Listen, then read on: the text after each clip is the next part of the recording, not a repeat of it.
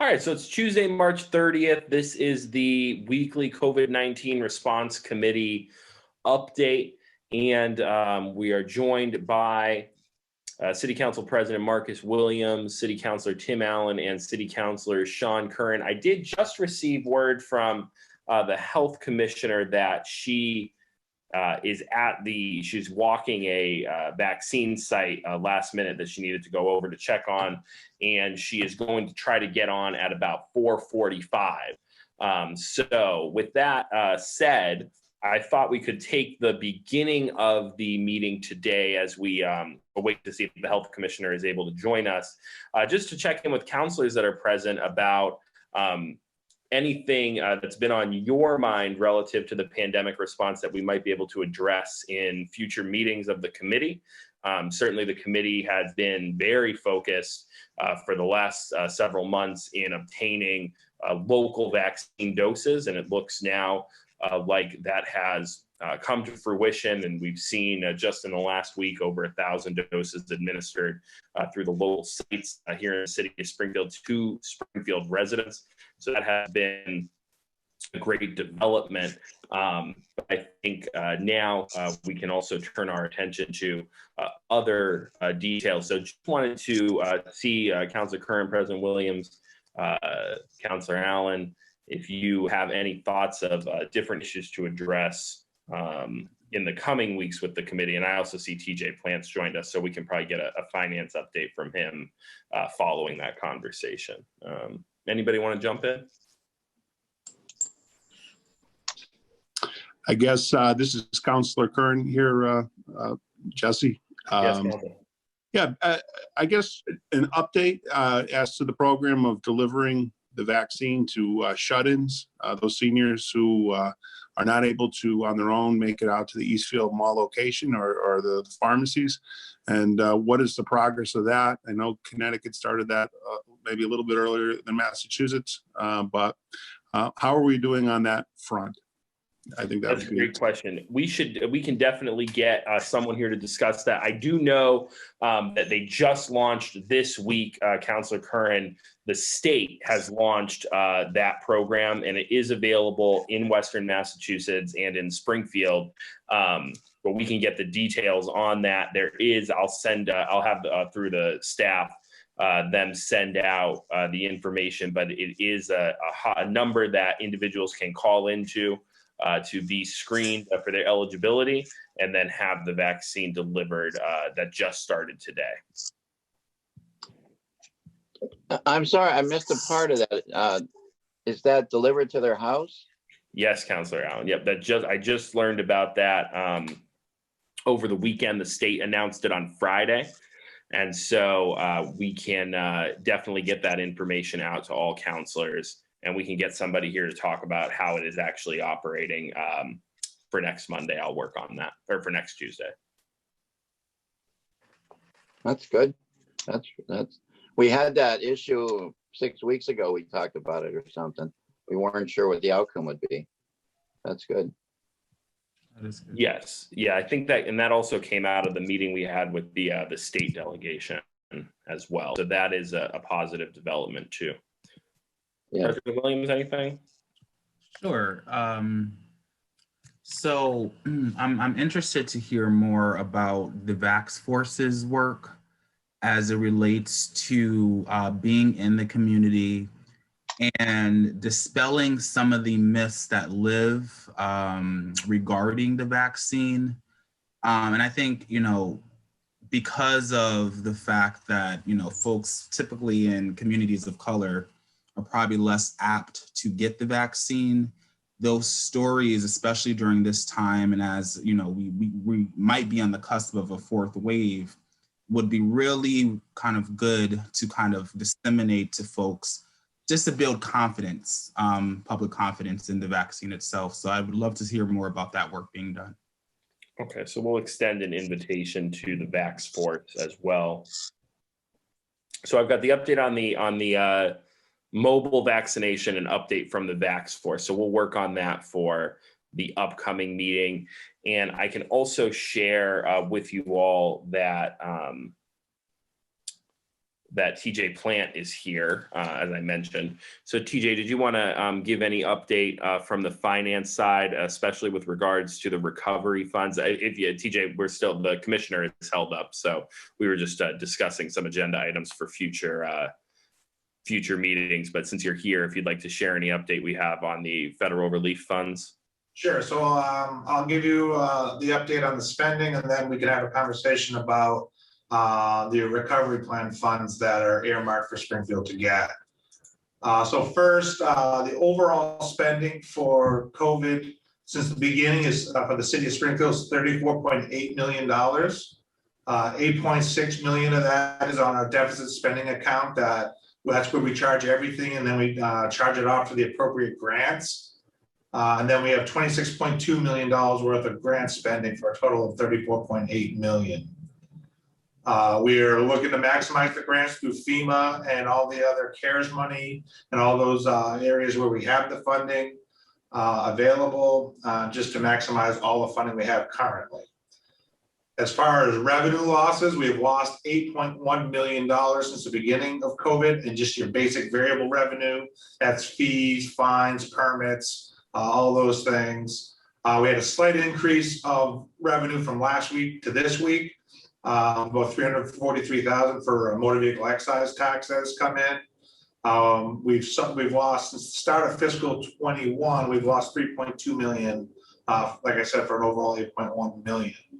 So that's kind of the update. I don't have any questions on the spending and the revenue side of the house. Happy to take questions on that, or I can kind of dive into what little we know of the American Recovery Plan money that's coming to us. So I don't know. We'll start with what you just went over, and then we'll move to the AMR. So Councilor Allen, go ahead. Oh, thanks. Yeah, TJ, it just occurred to me yesterday, we haven't been doing school busing for a year, have we? Did we save all that money or most of that money in our budget? I know, I don't know if it fits exactly in the fiscal year. It does. So I know school's going to open in April for different groups of people, but how do we look on that school busing line? So we look pretty strong that we played this issue as well as we could have played it, both in terms of the end of fiscal year 20 and up until April 5th for our contracts that we have with our transportation providers. What does that mean? When COVID first hit in March, the legislature and the federal government passed a law that allowed the city to pay contractors or vendors for services not rendered. We took an issue to that. We said that is illegal, it's inappropriate, we're not going to do it. And we refused to pay vendors for services not rendered, and that most of it was transportation vendors, but there were others. That savings allowed us to cover the lost revenue deficits for fiscal year 20 and help us end the year with an $8 million surplus for fiscal year 20. Fiscal year 21, however, we took a slightly different approach. Instead of saying we're paying zero, when we say we're paying zero, other communities were paying anywhere between 50, 80, or 90% of the contracts because they wanted to be ready to open schools right when the pandemic, quote unquote, was ending. And we said we're going to pay zero and we'll pay. Let me back up. We paid zero because at that point we knew our vendors had laid off their employees, and their employees were collecting employment plus the extra unemployment benefit. We knew they were eligible for the PPP, the Payroll Protection Program, and we figured us paying them would just be wasteful on our end. And so we refused. So that was to our benefit, and it worked out very well for us. Fast forward to fiscal year 21, we actually entered into negotiations with them to pay them 25% of their contract to keep their fleet running and operational, to keep their top administrators and contract managers on at their level, and to be available to open whenever we need to open. And that probably is going to yield a savings between 10 and 15 million for fiscal year 2021 so far. I caveat that only by saying, depending on how many buses we need to get our students to and from school from April through June, I won't have a final answer on that. Okay. Excellent question. I was just waiting in a matter of time for someone to ask it. Do I win anything for asking it? Maybe just some free cash at the end of the year we can spend on something. Not pensions. Anyway, but no, it's honestly, we've played it as well as we could. We've saved millions. And we were one of the only ones across the Commonwealth that refused to pay vendors for services not rendered. We figured it was just the right thing to do for just to save taxpayer dollars. Okay. I'll think about it and might have follow-up, but I don't have any follow-up right now. Thank you. So TJ, your thoughts on that are, we'll know more once we figure out the April through June opening. And then it's anticipated though that whatever is left will be free cash. Correct. All right. And then we'll decide what to do with that at that time.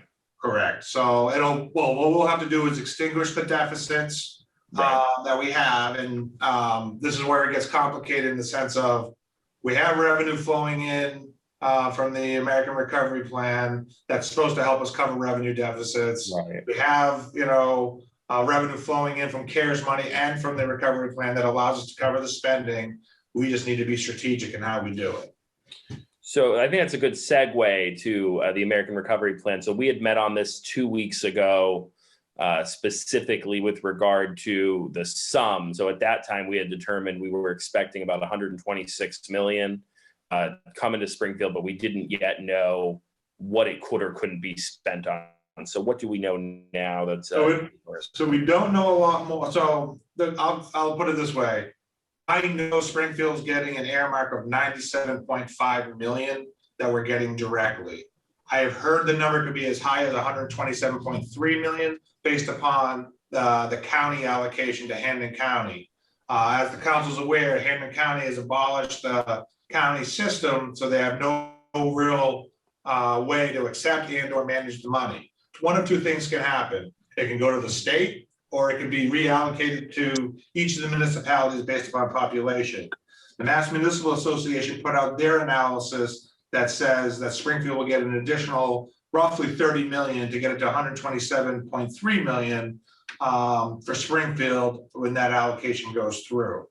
So I'm banking on 97.5 to figure out how we're going to do that strategically. I'm hopeful for the 127.3 for us to spend strategically, but I want to make sure that everyone's understands that the number I know as of now that's going to start coming to us within a few weeks is the 97.5. Who do we advocate to for the county dollars to be distributed to the municipalities and not to the state? So that's going to come from the regulations as set forth by the Department of Treasury. We are working with Congressman Neal's office to have a conversation with the Treasury Department on a number of fronts. The first and foremost is getting the additional revenue from, instead of county government, coming to us. And second is just to make sure that Springfield and Massachusetts and the unique needs that we have are taken into consideration while the regs are being drafted. So the short answer is we're doing it all through Congressman Neal's office and the delegation, but we also need to get into the Treasury Department and talk to them. I have a contract in their state and local finance unit that we're going to be dealing with in the next week or so. Great. As far as spending goes, it is as vague as it gets. The same target points exist out there for everybody on the use of funds. It is to respond to the COVID emergency, to address economic development and the economic impact, aid to small households and small businesses, helping nonprofits in the tourism and hospitality industries, premium pay to essential employees, government services that have lost revenue that could be backfilled with this money, investments in water, sewer, and internet broadband. It cannot be used for pensions. It's very clear that that's not a way to do it. It cannot be used for tax cuts, and it can help any public benefit corporation or special purpose that makes sense. The issue that I have with all of that is the devil's in the details of what we're trying to figure out. I have a running tracking list of everything that I think we can make a case for, COVID-related, economic development, downtown, around the city. Happy to take ideas, even if they're not necessarily for this. We have another $2 to $4 trillion infrastructure bill coming down the pike that's actually supposed to be released, I think, as soon as tomorrow. That's going to address a lot of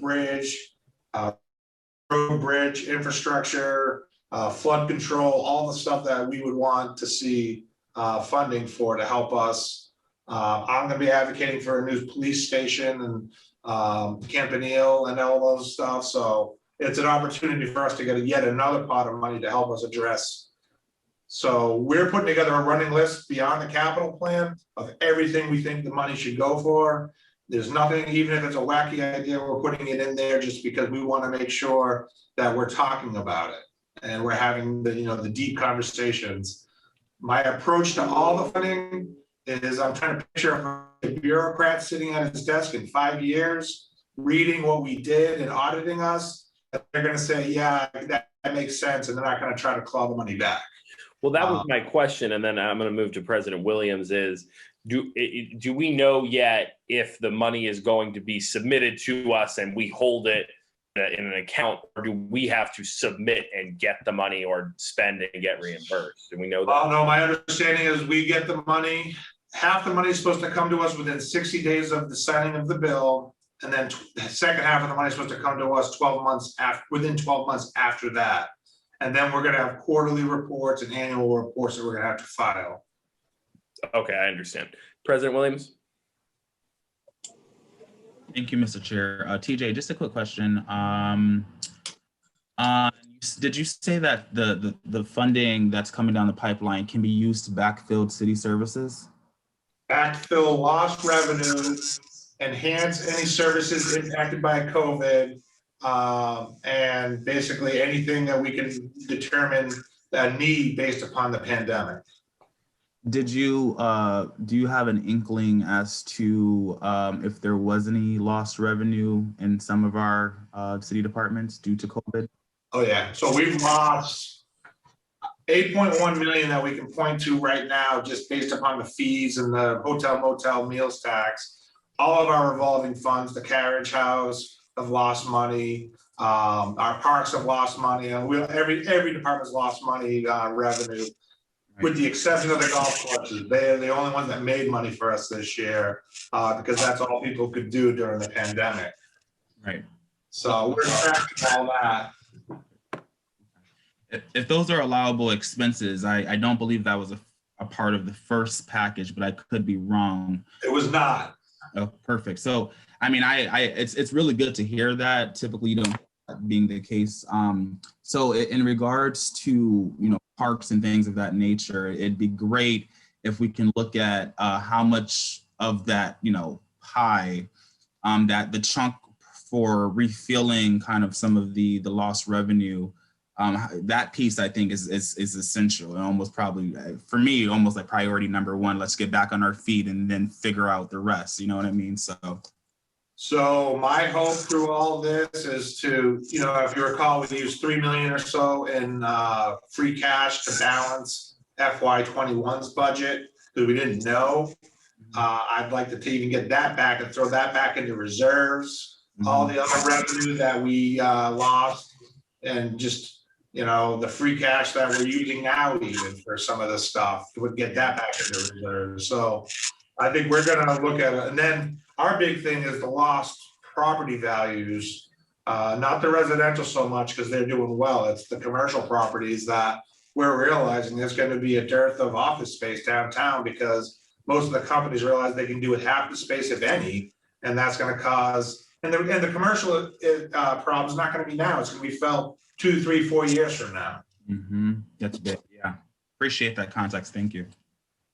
Thank you, President Williams. Yeah, I mean, off the top of my head, TJ, I'll definitely send you over some thoughts. My biggest thought has been obviously the initial direct aid to small business and that sort of very obvious COVID recovery. But then I think there will be room for the bigger ideas. And I think infrastructure is at the top of my mind.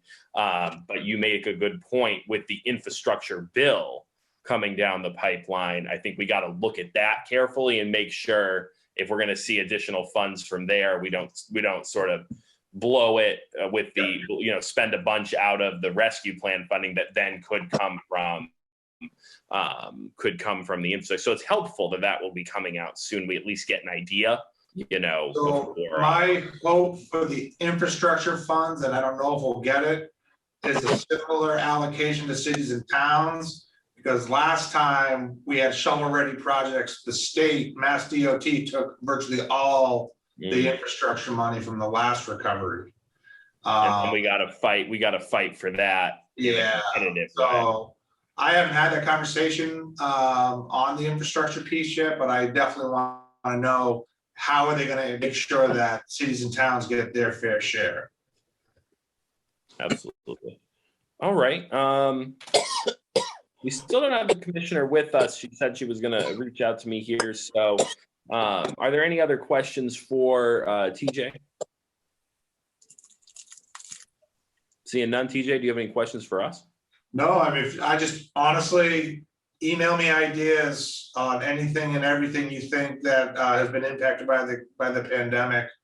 And even if we have to call a committee of the whole and have this dialogue with everybody when I know more, but this is an opportunity, the way I envision it, this is an opportunity to have a resurgence very similar to what happened after the tornado, where we were able to really rebuild and rebrand ourselves. And I think we could do a similar thing in terms of helping our small businesses, helping our residents, helping our nonprofits, increasing economic development opportunities, getting those moments where we finally have a cash to do something we didn't think we could ever do.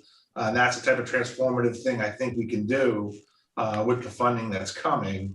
Where I would argue we're ahead of the curve than most because we've been through so many disasters that we kind of know what we're doing, but we're ready. And so the more ideas we can get, just email me and Lindsay, and we will track everything and we will try to do everything we can, because December 2024 is not that far away in the grand scheme of things. And that's a lot of money to spend for that. And I think it's going to be hugely impactful to the city. Through the chair, thank you, Mr. Chair. I was just going to say, TJ, I'm more than happy to schedule a committee of the whole. I think it's deserving of a platform of that nature. So feel free, we can coordinate offline. Awesome, that sounds good. Thank you, Mr. President. I think that's a great idea once we have the regulations from Treasury, and that way we can give counselors more parameters. I think the overall key is right. I mean, cover the immediate need with the direct aid, and then think about how do we really invest, in some long-term projects. I think I mentioned this at the last hearing or meeting rather. FEMA is now being deemed 100% eligible for the pandemic response. That is a $5 million swing, or roughly $3 to $5 million, depending on what they actually account as 100% of CARES money. So that's even more money that we've set aside to cover our 25% match for FEMA, that we can now quickly turn into funding for the housing initiatives and all those things, the mortgage assistance, rental assistance, whatever the city and the residents need kind of right now. And again, like I said, that's on top of what's coming our way. But what's coming our way now is going to have less strings attached than what we have right now. And so this is actually a great problem to have. I keep saying that to the cabinet and to the mayor. I'd much rather be in this problem of trying to figure out strategically how to spend it than trying to figure out other stuff. But I think this is perfect timing for me to bow out and Commissioner Colton Harris to take over. Yeah, very good, TJ. Thanks for being here, and we'll connect more often. Yeah, call me, email me, text me if there's ideas that anyone has. Sure. Let me know, and we're happy to add it to the list and see if we can figure it out. That's great. Thank you so much.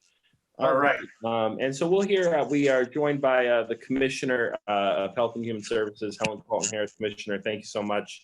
I know you were walking a vaccine site, so we appreciate you jumping on it. We will not keep you long, but anything that you would like to share with the council, we'd welcome you at this time.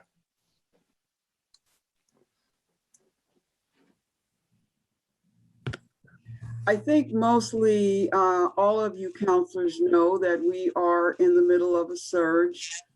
Our numbers we were 236 more cases last week than we had the previous week. So that's a 76% increase. The numbers this week are 40 for Sunday, 40 for Monday, and 76 for today. It's pretty much the pattern that we've had over the last week, where the numbers started out low on Sunday and Monday and then escalated those last days. That is what's happening. The cause of the surge is, I think, threefold. One is we're seeing college campuses really have a lot of positive cases. We have 3 colleges in our jurisdiction: AIC, Western New England University, and Springfield College. And so we have seen cases from those institutions of higher learning. I think the other issue, obviously, is that the governor has opened up the Commonwealth to restaurants. Businesses have been increased to 50%. So there are a lot of things going on in the environment that are different that I think have added to the cases. Also, based on what I'm seeing, the St. Patrick's Day celebration is also yielding some positive cases as well. I think we are continuing to ask people to wear their masks, their face coverings. We are still trying to do the interventions that we know work if people would adhere to them. So it has been, last week was extremely, concerning just based on the number of cases. And again, this week it appears for the last 3 days that we're heading in the same direction. But the rest of the cases this week will tell us. We, as you know, stood up another site with Curative. We are able to work with them. They set up a site at Home City Housing, and they are there, and they're vaccinating. They started today. They are doing 100 vaccinations a day, and they are not using links. They have cards that they are giving out to individuals to come, recognizing that the parking at that site is a challenge. So they're not trying to do the full vaccination clinics that we are doing in the city. We will be doing a clinic, as you know, at Raymond Jordan from 9 to 1. The appointments are from 9 to 12:30, but we'll be there from 8 to 1. We're also going to stand up an evening clinic there. I'm going to try that on next Tuesday, and that'll be from 3 to 8. The appointments will be from 4 to 7:30. And so I'm going to try it. I only put one link up for that day. And that's because of the, I just want to see if people respond to an evening clinic. I think our residents will, but we want to make sure.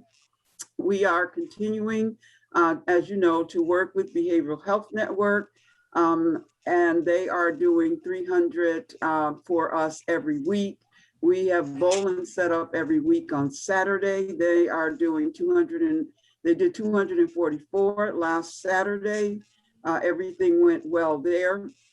And so we continue to try to get vaccines in arms. One of the things that I learned today is that the 800 doses that we're getting a week will need to be used for second doses as well. So that changes my ability to stand up the number of clinics that I want to. I'm still going to walk Greenleaf and see if that can be a clinic site. I think it can. It doesn't have a backup generator, but we can, I think, work with that. So I'm looking at this point to expand out a little bit. But I am obviously concerned about those individuals in our neighborhoods who do not want to go to the Eastfield Mall. We did 1,100 and I believe 44 last week alone.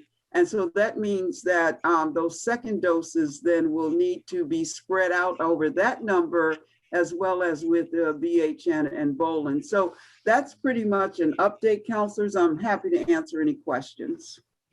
Thank you so much, Commissioner. If anybody has any questions for the Commissioner, please feel free to raise your hand. And I'll just, start off by saying thank you so much for the incredible job HHS is doing with the local vaccine clinics. I mean, it really, to hear you share the number that are continuing to be stood up when, 2 months ago, we were all sitting here strategizing about every level of government advocating to see doses actually come to Springfield is great. And I know counselors have been able to visit and see what's going on there. Counselor Edwards and I visited and toured the South End with you last week. So to really see folks in the neighborhoods being able to get access to the vaccine is a great thing. And I'm excited to hear too about Curative and the little bit of a different approach that they're taking in the Bay Area neighborhood. So I think that'll be positive. We'll start with Counselor Allen and then we'll move to Counselor Curran. Thanks, Mr. Chair. Helen, thank you for all your great work. I have just one question, which is, do we have a running log of actually how many Springfield residents have been vaccinated? Is there, I know we tried to get some numbers out of Eastfield Mall and they had some percentage, but do we have any idea of 150? I mean, I know kids aren't involved yet, but how are we doing on the percentage of Springfield residents? Yes, the state, and we would have to go in and look, but that data is available. How many Springfield residents have gotten immunized at this point. So what I will do is go in and try to pull that off of the mass.gov. They send it to local boards of health. I believe they're sharing the vaccination numbers, although I have not been able to go in and concretely look at them for the city. But yes, that data is available. I do know that everyone that we vaccinated, we did the first responders, that was 2,800 vaccinations. We've done other clinics. So I know for the most part that what we've done has been Springfield residents, but there is an overall number that's compiled from all sites that I will research and share with you. Thank you. Thank you. Thank you, Commissioner. Counselor Curran and then President Williams. Hi, Helen. How are you? I'm good. How are you, Counselor? I'm fine, thank you. Yeah, just an update. We touched upon it earlier when you were walking through the vaccination site on the program to help visit shut-ins at their home and deliver the vaccine to their house. What's the progress on that here in the city, and where are we going with that? So I asked to have the City of Springfield's homebound program done by AMR because they are local and know our city and our residents. And that was denied by the state because they're not in the MIIS system. So they weren't able to approve that because they're not in the immunization system. And you have to be in that system in order to accept vaccine. So what I wanted to do was give our vaccine to AMR and have them do our homebounds. But because that didn't work, what we're doing is we are signing on to the state's program. Commonwealth Care Alliance is doing the homebound vaccinations, and they do have a program and staff in the city of Springfield who know the city. So we will allow the state to do our homebounds, or DPH, or the Commonwealth. And that began this week, right, Commissioner? That's correct. It began yesterday, yesterday on Monday, yes. Could one of your staff just send over to Susan and Kelly the info for folks to call? I know there's a number. Yes, I will ask Shirley tomorrow to send that number over to the City Council office. Thank you so much. President Williams. Thank you, Mr. Chair, Commissioner. Good to see you as always, and you're sticking it out. And it's sad that we are approaching a fourth wave, or maybe in the middle of one.